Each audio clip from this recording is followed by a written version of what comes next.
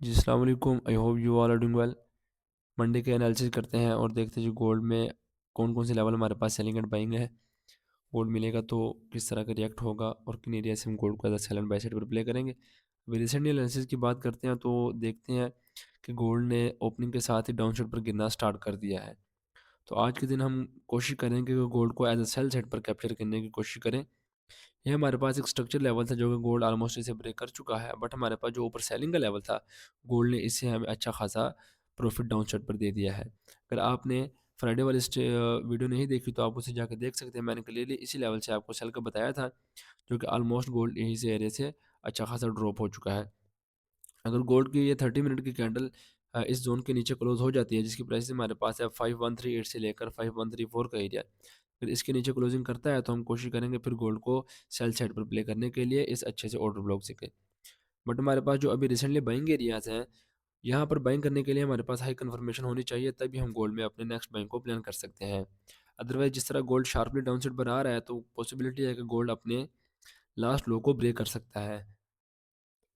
Gold अगर अपने इस लास्ट लो को ब्रेक कर देगा तो फिर गोल्ड में हम और भी मज़ीद सेलिंग साइड पर इसे देखेंगे और पॉसिबिलिटी है कि गोल्ड अभी और डाउन आ सकता है। स्ट्रक्चर मार्केट का बाइंग था डब्ल्यू पैटर्न के साथ, जिसे हम डबल बॉटम कहते हैं। नेकलाइन का ब्रेकआउट इसी एरिया से बाइंग थी। अगर गोल्ड अपने इस एरिया को ब्रेक कर देगा तो फिर हम गोल्ड में अपनी सेलिंग को होल्ड करेंगे। जो हमारे पास यहाँ जो जिसमें गोल्ड में हमारे पास यहाँ से सेलिंग है, हम इसी एरिया से अपनी सेलिंग की पोजीशन को होल्ड करेंगे स्टिल। एंड गोल्ड अभी बहुत sharp and aggressive down side पर आ रहा है। अभी रिसेंट यहाँ से बाइंग करना हमारे लिए बहुत ही रिस्की होगा। बाइंग के लिए हम कोशिश करेंगे गोल्ड हमें अच्छा खासा कुछ M1 में स्ट्रक्चर शिफ्ट दे, तभी हम गोल्ड में अपनी बाइंग पोजीशन को प्लान करेंगे। अभी आपने क्या करना है, अभी रिसेंट आपने वेट करना है, जो यहाँ पर सेल में स्टिल है, वेट करना है। अभी कोई और एंट्रीज आपने अपनी प्लान नहीं करनी, इसी सेलिंग को ब्रेक इवन करके हमने वेट करना है।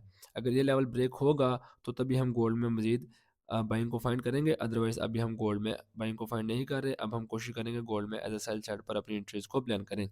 गोल्ड स्ट्रक्चर लेवल को ब्रेक करता है, जो कि हमारे पास नेकलाइन भी थी, तो कोशिश करेंगे इस एरिया से एक छोटे से एसएल के साथ रिस्क लेंगे।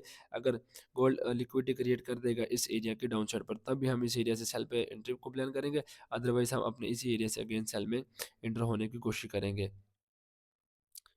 तो देखते हैं जी गोल्ड क्या मूव हमें देगा।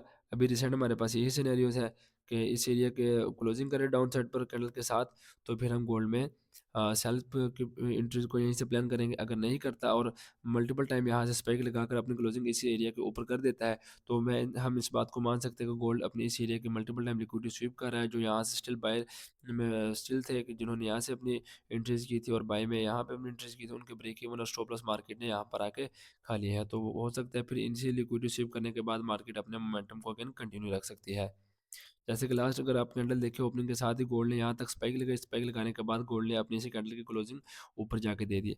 अगर गोल्ड अपनी इसी कैंडल की क्लोजिंग भी इस जोन के ऊपर जाके दे देता है, तो हम कोशिश करेंगे फिर गोल्ड में अगेन बाइंग की पोजीशन को इंटर करें।